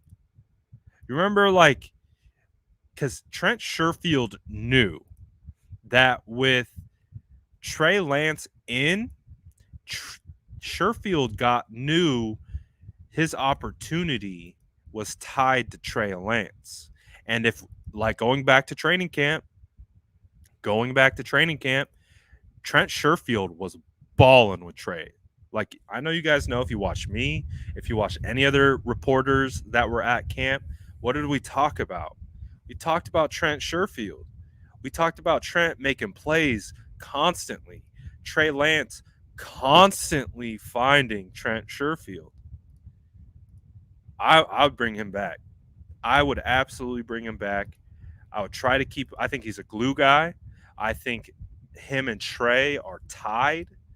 And I don't think you break that up. I think you keep him here, and he's got a role. If he doesn't have a role as a starting wide receiver, okay, great. Then he is a key special teamer, like Captain Patch-worthy special teamer. That's how I view it. Just like Luke is saying, special teams alone, it's a yes. But if you get special teams alone, you get special teams plus. Hell yeah, bring him back. Media says no. Textbook Trent's gone. I'm bringing him back. Bring me back, Textbook Trent. That boy nice. I like him. Bring him back. Trent Cannon, speed round, yes or no? Special teamer, running back. He's 27 and a half years old, so he's heading towards the wrong side of 30. He's not 30 yet, but he's heading there.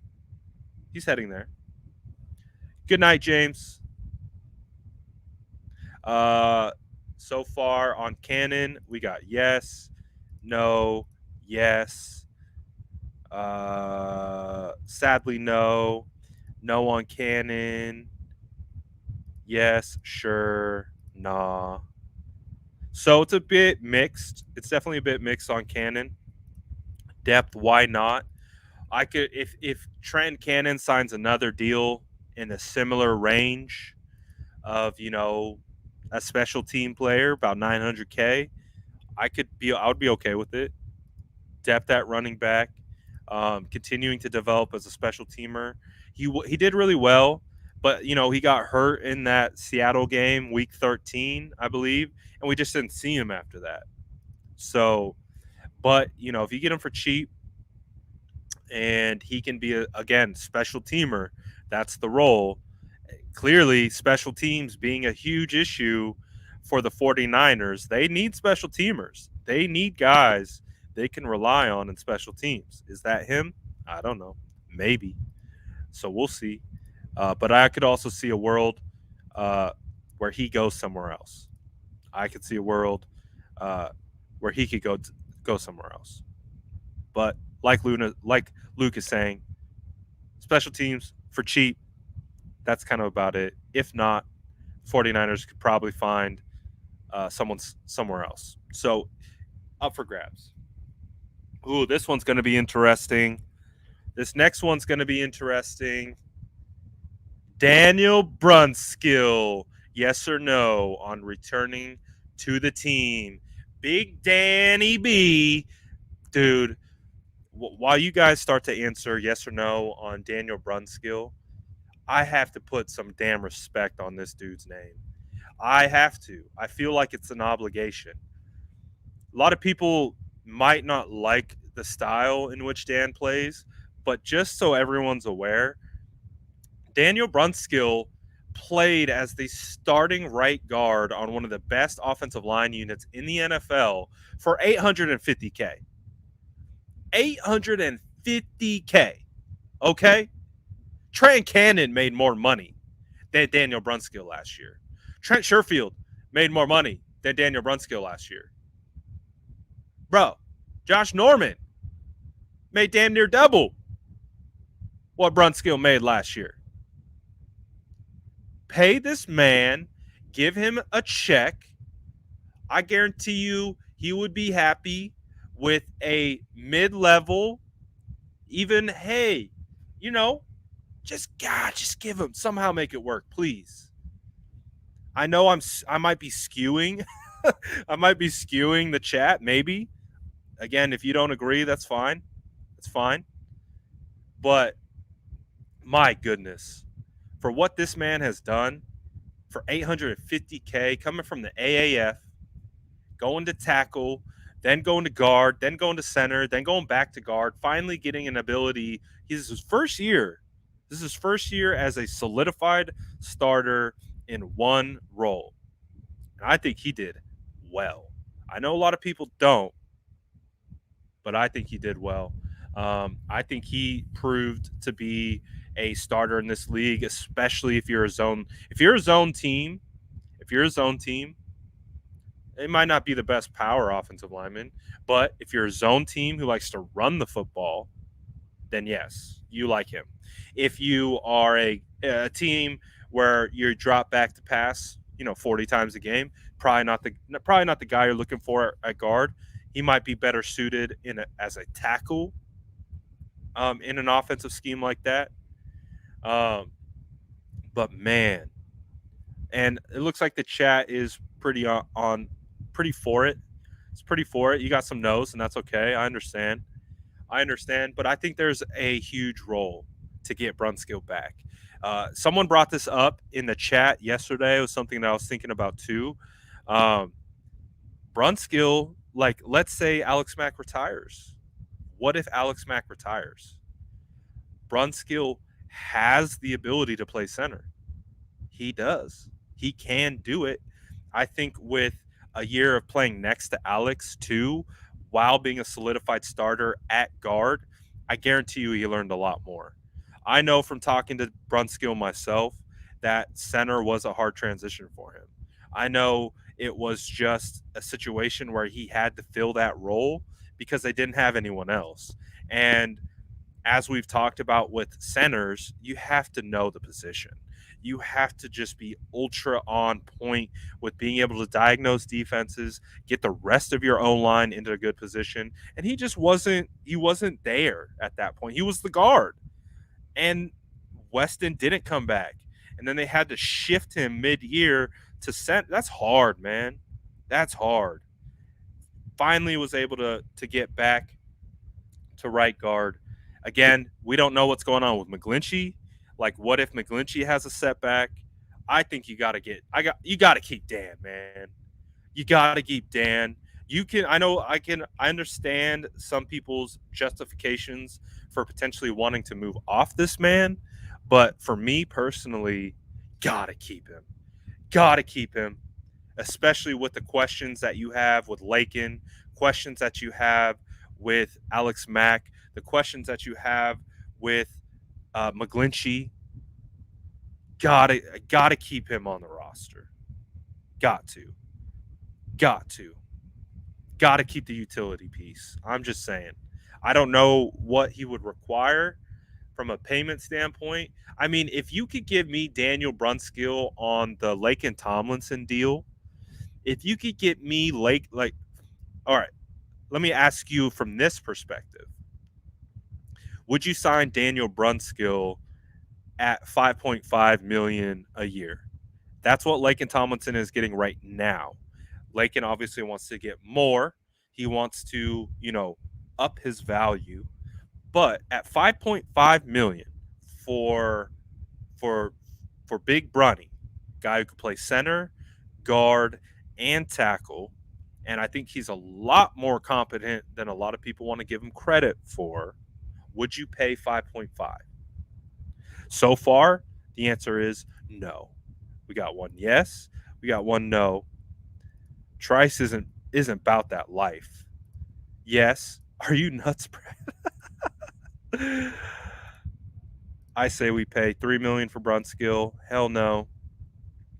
Love to keep the same O-line. $1 million. Ooh, that's not enough. That's not enough. No. Yes, give him a 3-year deal. Brunskill can play pretty much any spot on the O-line. Yes. I'm giving Daddy B 5.5. I'm personally giving Daddy B 5.5. If I'm the offensive line coach, I'm going to bat for Daddy B. But you guys know I'm extremely Brunskill biased. Extremely Brunskill biased. But it's okay. I would do it. He's earned it in my opinion. But that's okay. We don't have to agree. Jake Brendall is going to be a free agent. He's been the backup center. We didn't really have to see Brendall too much. We really didn't at all. He's not getting paid a ton. I could see him. He's a restricted free agent. Oh, something to think about. I didn't even think about this. So Brunskill's a restricted free agent. So the 49ers, I think, can potentially put say they put like a third or fourth round tender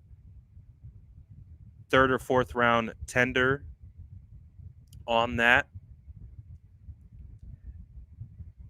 So that changes it. I didn't see this part. I forgot. He's a restricted free agent. So the 49ers still lightweight own his rights. I could justify all the Brunskill signing. I could absolutely justify it 100%. 100%. Because in a run-first team that is predicated on outside zone, pulling offensive linemen, Daniel Brunskill is the best puller on the team. I love Lakin. I love him a lot. He's not a good puller. He's mediocre at best when it comes to getting out in space and pulling. He's about 50-50. He's about 50-50 when it comes to pulling with Lakin. Whereas with Brunskill, he's batting about 98%. And he gets pulled a lot.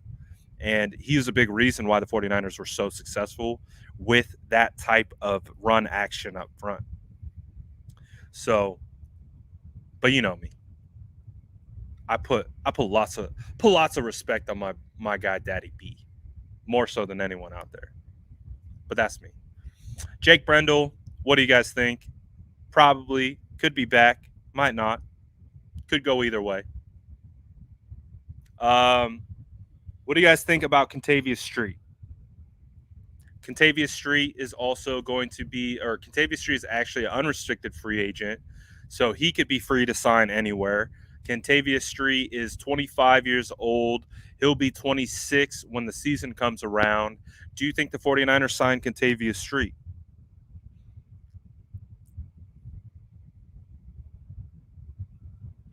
I got yes for cheap. Yes. Same price. He probably won't be the same price. I would imagine he'd be a little bit more, but we'll see. We got a no on Brendall.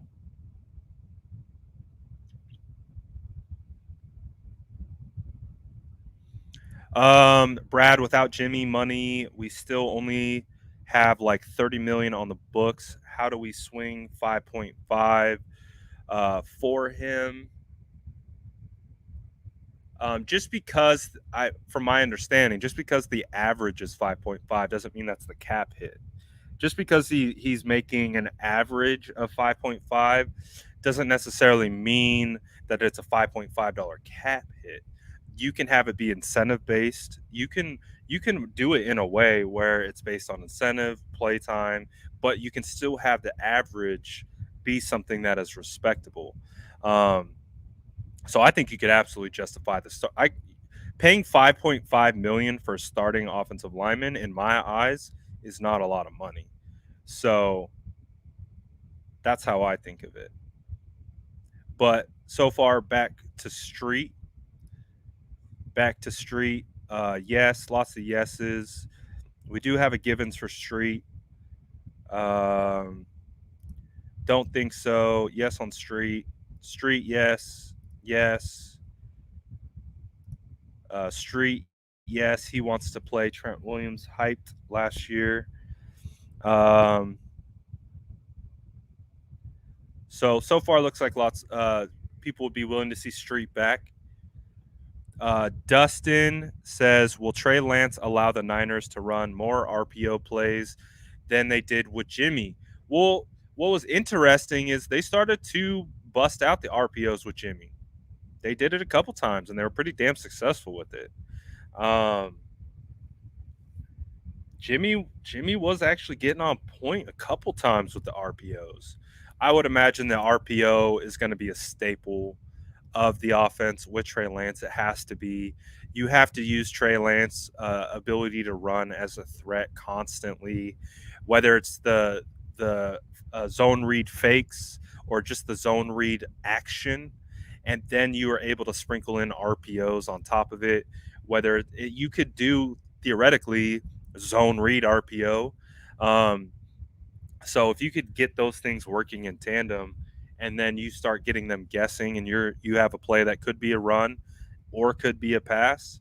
And then if you are also able to incorporate zone read into a run pass option, that would be fire. That's what I want to see from the offense. That's what I want to see from the offense. All right, guys, we're almost done with this. Let's go super quick. Get it done. We almost made it through 28 free agents. We're almost there. Shout out to the squad for hanging in there and riding with your boy through it all. Smash that like button if you haven't already. You know the vibes. All right, we're gonna do rapid round. Okay, rapid fire. Y'all ready? All right, let's do rapid. Demetrius Flanagan fouls. Yes or no? Yes or no? Yes, sir. You're getting all the cookies today. All right, rapid fire. Let's go. Is a exclusive. He's also exclusive rights free agent.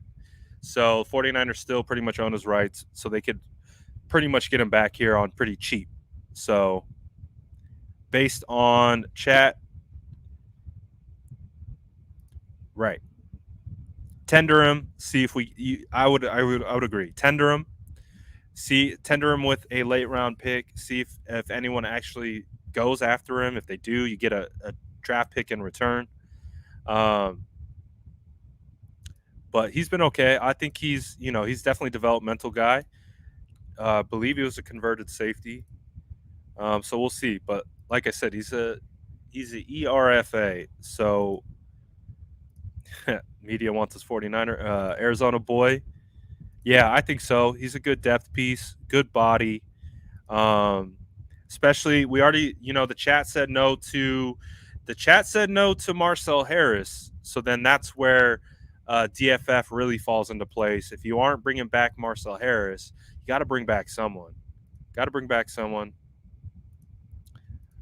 What's up, my guy? Yeah, so it sounds like we're okay with there. All right, JaMychal Hasty, 25-year-old running back. He's a ERFA as well. Contender him probably. I don't know if any team's going to really pick him up, but could get Hasty back for cheap. You want Hasty back. You want Tasty Hasty back. Tasty Hasty. So far, early yeses. I like Hasty, but I like DFF, tender him, and C. So this is the tender category. Looks like no. Early yeses turned into no's for the most part. Yes. Hasty, primarily a third down running back. They used him a lot out of the backfield as a receiver more than an actual runner. But they relied on him quite a bit for that role. So it does, it's a mixed bag on the return.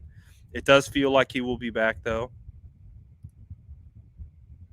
Sermon will absolutely be better than him. I agree. I hope it really clicks for Sermon next year. I really do. Really hope it clicks for him. All right. I mean, we know what this is. Jawan Jennings, he's a ERFA. 49ers, no way in hell are going to let Jawan Jennings out the door, right? Even if a team tries to somehow get their hands on him, because I'm not going to pretend like I have a textbook definition of what exclusive rights free agent means. But Jawan Jennings, I think we know what the answer is. And just like Finesse says, Jawan isn't even a debate. Yes. Squad wants JJ. Squad wants Jawan. Pay the man. I think he's earned it. I absolutely think he's earned it. He's. I would have no problems if he was our third wide receiver or a rotational third. We can go back and forth with our thirds. It's more about personnel groupings, less than depth chart, right? So he's in a lot of the 3 wide, personnel groupings. Yeah, we know what it is. It is what it is. He's coming back. All right. Richie James, unrestricted free agent.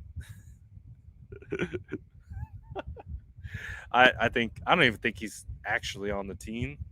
It's interesting that he's listed here. All right, this is going to be an interesting one. Aziz Al-Shair. 24 and a half years old. He's a restricted free agent. So technically, another team can come in and offer Aziz Al-Shair a deal. Then the 49ers would have to match the deal to be able to keep him, and or I believe they slap him with a tender. And if he does get a deal, the 49ers don't match. I believe the 49ers would get a draft pick for him in reserve based on what they tender him at. I believe. Don't quote me. But Aziz Al-Shair, man, made $590,000 last year. Pay that man his money. And based on the chat, does feel like a resounding yes for keeping Aziz Al-Shair. I agree. Hell, I would even slap him with the second round tender. I don't want a team to get ballsy and like be like, I don't know, man. I just want to keep him. I just want to keep Aziz. And we saw, when Greenlaw got hurt, Aziz came back in.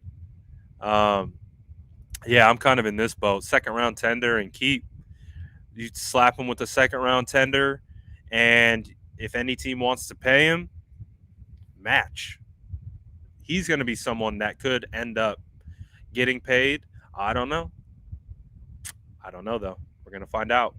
But we want to keep him. And last but not least of our 28 free agents for our free agent episode, Kevin Gibbons, going to be turning 25 this year. So he'll be 25 going into the season. Kevin Gibbons is an ERFA. So exclusive rights, free agent. Do the 49ers keep him around? I think they like him a lot, man. I think they like Gibbons a lot, especially from my understanding, undrafted free agent. Been with the team for a while now and has been a good piece. He's been a good piece. He's dynamic. He's able to do it in the run game. He's able to do it as a pass rusher from the interior as well. I like it. I think you guys agree. That's what it's looking like. Looking like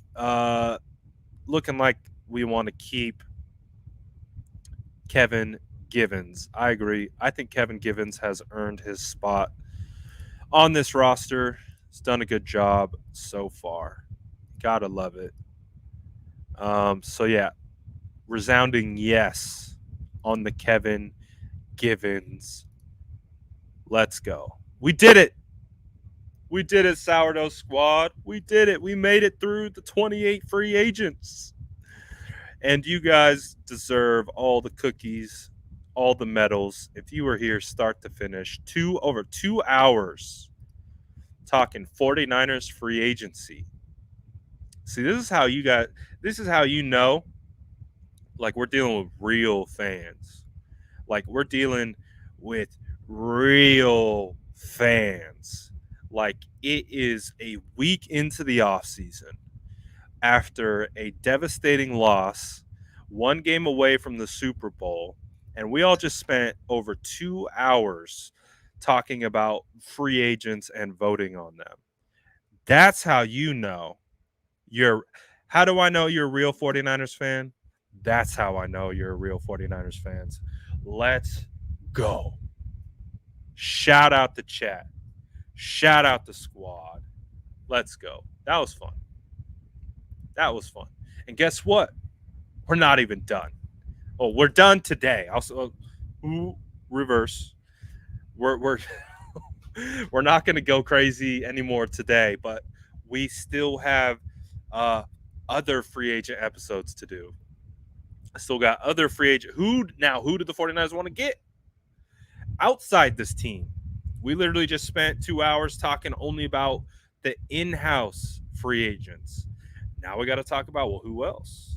It's going to be a long list of guys too. So shout out the squad for vibing. That was fun. Going to be a lot of off-season content coming up. Can't wait. Sourdough Scout's going to be in the building pretty soon. Working up all that scouting stuff. Let's go. I see all of you. Can't wait. Might as well pull the chat again. What position? I asked this. I think I pulled this question on the page on YouTube in the polls. But what do you guys think is the number one free agent priority? Now, we talked about in-house free agents, not necessarily counting them. But what would you consider position-wise as a priority for free agency? Not draft, free agency, meaning you want some veterans. You want some guys that have been in the league. You got some guys that have been around the block and done it at a high level already.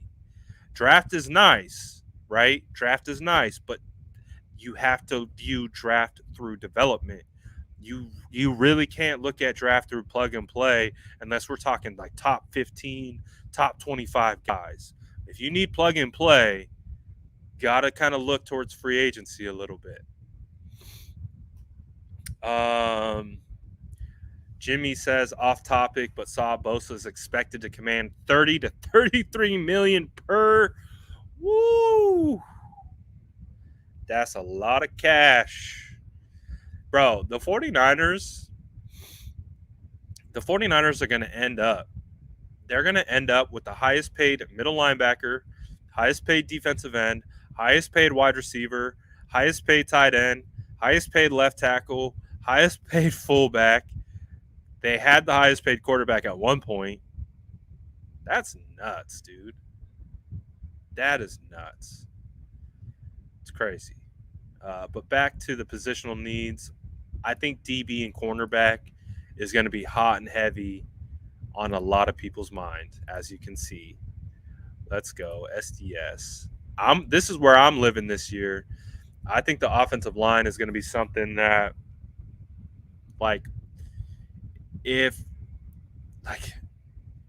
there is a world that exists. There's a range of outcome that exists where the 49ers are looking for 4 new offensive linemen, and that terrifies me. There's a world that exists where the 49ers are looking for 4 new offensive linemen. Terrifying.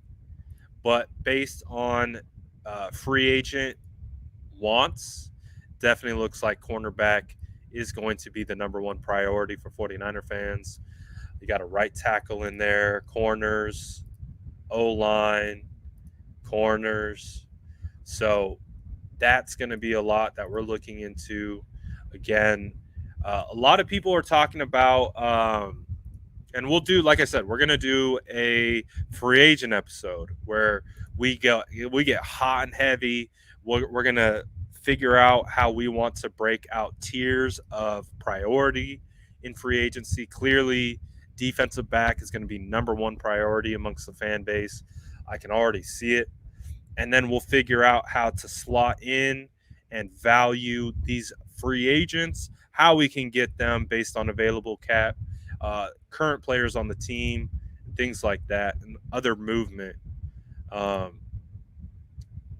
Gilmore and Fuller, they'd be nice, but something to keep in mind, both Gilmore and Fuller will be on the opposite side of 30 come next year. So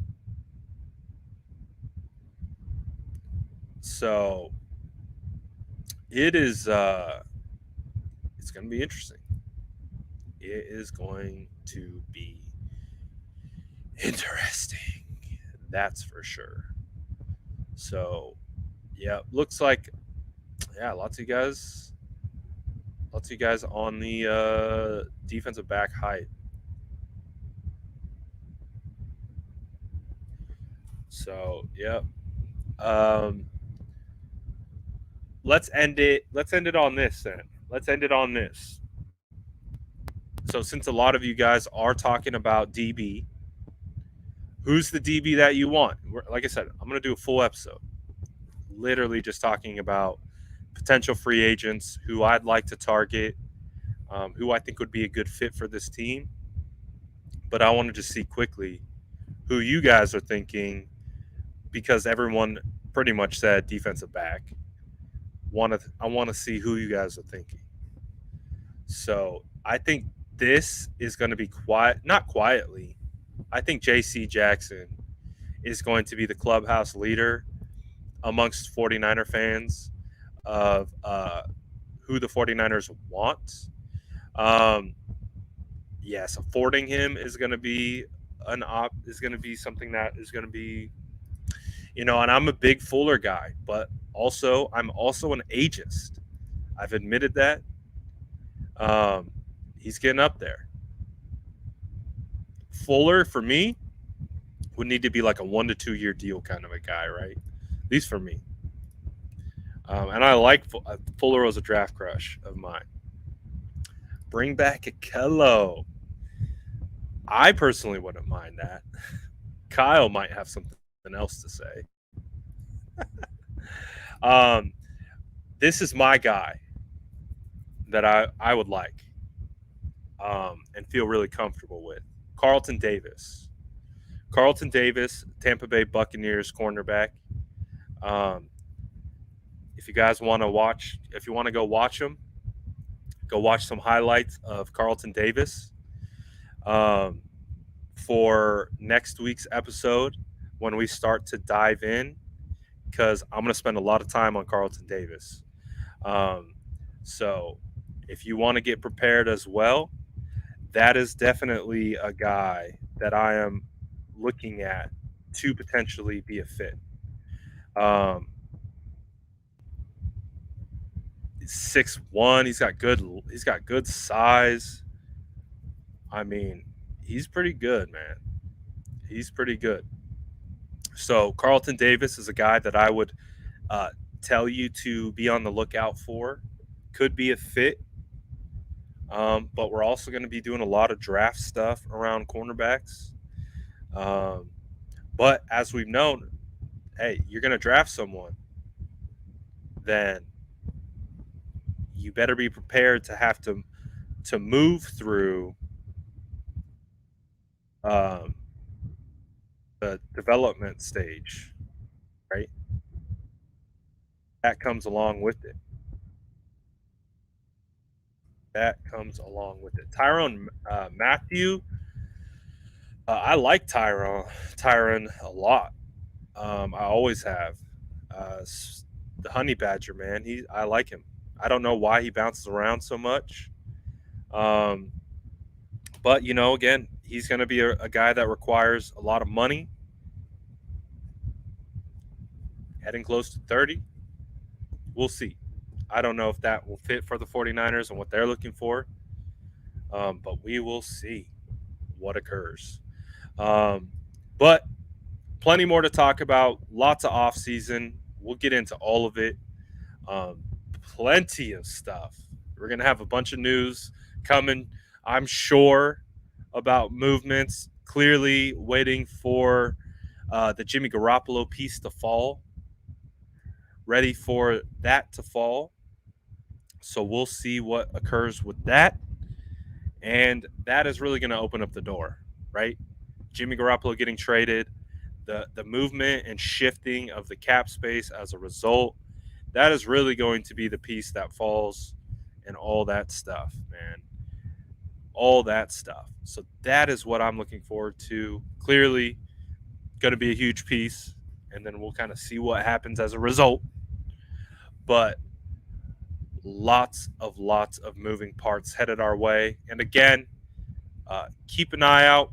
We'll continue to be doing off-season style episodes, content, all that good stuff. Obviously following the news. So make sure you subscribe, like this video on your way out. Again, you made it all the way through. Cookie, medal, congratulations. This was a long one. And I appreciate you. But as always, stay safe, and I'll see you guys back the next time. Sourdough Squad, always undefeated. Beard Gang in the building, and Bread Gang in the building. Let's go. Get your cookies. Appreciate the boys. Appreciate the girls checking in, vibing. It's going to be a fun offseason, guys. It's going to be a fun offseason. Just getting started. Can't wait. Appreciate you guys. You guys have a great weekend. I'll probably see you guys on Monday. No game. Man, I don't know what I'm going to do on Sunday. I don't know what I'm going to do on Sunday. I don't know about you guys. I don't know what I'm going to do on Sunday. I'm used to going live 4 to 5 times on Sunday, posting about the games. I might have to go live on Sunday. I don't know. We might have to get together, just to ease into the off season. I don't know. We'll figure it out. But enjoy your weekend. I know it's going to be our first weekend. No Niner ball. It's okay. It's okay. Oh, that's right. Pro Bowl. Pro Bowl. You're right. I guess we'll talk a little Pro Bowl, I guess. But we'll see. I know. I'm getting sad too. Dang it. But I know. We're starting to get over it, and I decided to bring it back. It's all good. I appreciate you guys. You guys are the best. Sourdough Squad continues to be undefeated. Yeah, we got Debo out there recruiting. So it's going to be an amazingly fun offseason, guys. Like, I know we're still in the transition. We're still in the transition period. But once we accept our fate, we just kind of accept we had a special year. Once we get there, it'll be so much easier to enjoy the relaxing nature of the offseason, right? So, hey, it is what it is, and we'll be all here together to go through it. So I appreciate you guys. I will see you guys later. Have a great